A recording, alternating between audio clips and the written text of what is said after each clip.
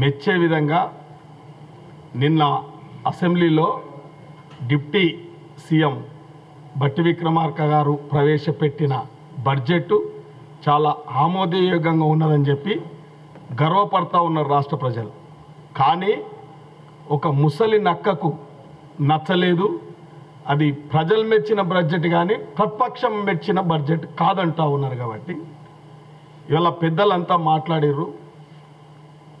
వాస్తవానికి గతంలో 10 సంవత్సరాల నుంచి గారెడు విద్యలు చేస్తూ అసెంబ్లీలో గారెడు బడ్జెట్ ప్రవేశపెడుతూ టక్కు టమార విద్యలు ప్రదర్శిస్తూ తెలంగాణ రాష్ట్రాన్ని మోసం చేసిండ్రు. కాబట్టి ఆ మోసానికి శిక్షనే ఇవాళ ఫామ్ హౌస్కే పరిమితం కావడానికి ప్రజలు తీర్పునిచ్చారు.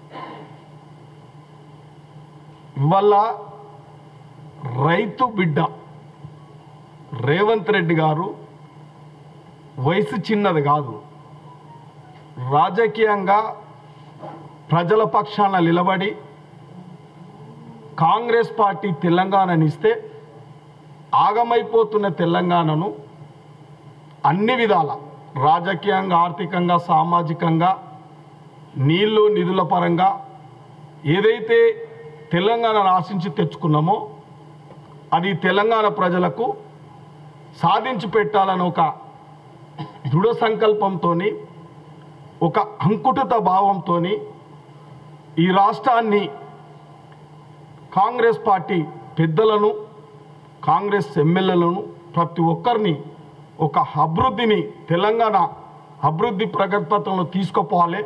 సమిష్టిగా మనం అందరం ప్రజలు ఇచ్చిన అవకాశాన్ని ముందుకు తీసుకుపోవాలని ఒక తపనతోని అహోరాత్రులు పనిచేస్తూ మంచి బడ్జెట్ను ఇలా రైతాంగానికి అయితేనేమి, విద్యారంగానికి అయితేనేమి, వైద్య రంగానికి అయితేనేమి, వాళ్ళ అన్ని రంగాలకు ఒక సముచిత స్థానం ఇస్తూ ప్రజలు మెచ్చే బడ్జెట్ ప్రవేశపెడితే ఇలా దుర్మార్గంగా 10 సంవత్సరాలు ఒక నియంత్రిత పాలన, ఒక కుటుంబ పాలనకు చర్మగీతం పాడితే అది జీర్ణించుకోలేక ఇవాళ ఇష్టానుసారంగా దుర్మార్గంగా దుమ్మెత్తిపోస్తున్న ప్రతిపక్ష నాయకునికి ప్రజలు చూసిరు.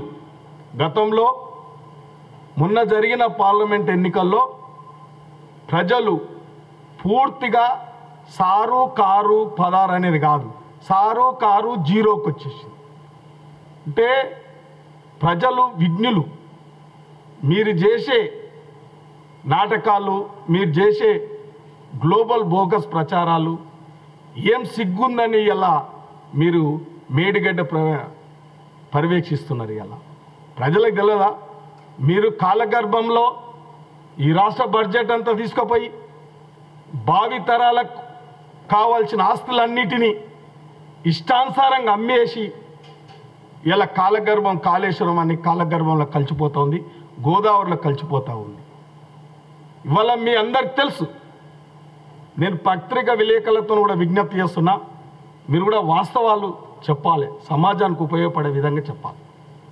పాలమూరు రంగారెడ్డి అని ఒక ఎత్తిపోతల పథకాన్ని 2 సార్లు ప్రభుత్వంలో పరిపాలించి అక్కడి రైతాంగాన్ని మోసం చేసి ఒక్క లిఫ్ట్ కూడా ఇవాళ వరకు కూడా పూర్తి కాలే.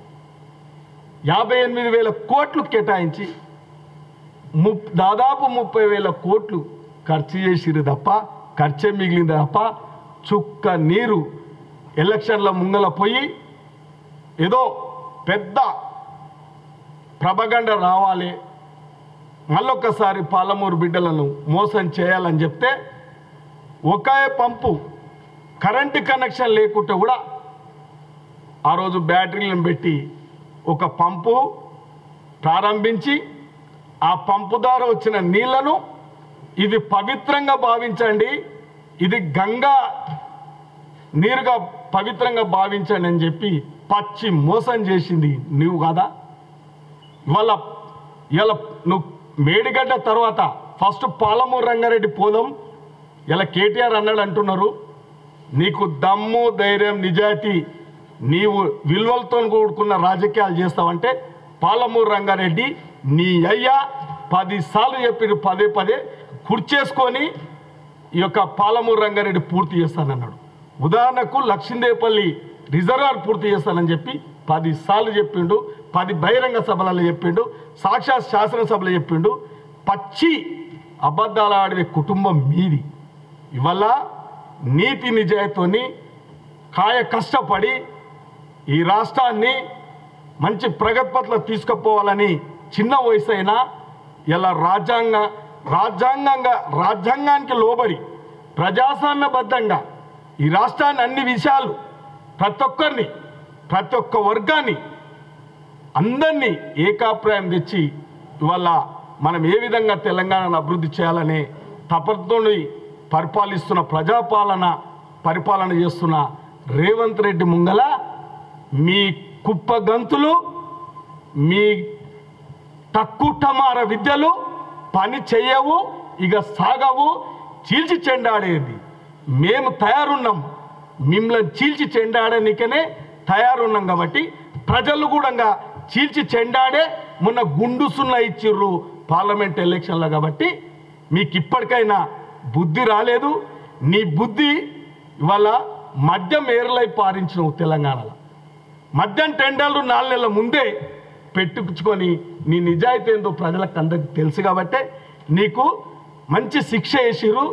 ఇలా 6 నెలలు పార్లమెంట్కే పరిమితమై మళ్ళా కుంభకర్ణులాగా లేచి వచ్చి ఇవాళ అసెంబ్లీకి ఆనవాయితీ అంటే అసెంబ్లీలో నాకు తెలిసి 3 సార్లు అటెండ్ కాకపోతే ఇబ్బందులు అవుతాయని చెప్పి కూడా అటెండ్ అయ్యేది తప్ప నిన్ను చీల్చి చెండాడనికే పాలమూరు బిడ్డలుగా పాలమూరు ఎమ్మెల్యేలుగా మేము సిద్ధంగా ఉన్నాం. చీల్చి చెండాడే సంగతి ఎంతో తెలుస్తాం.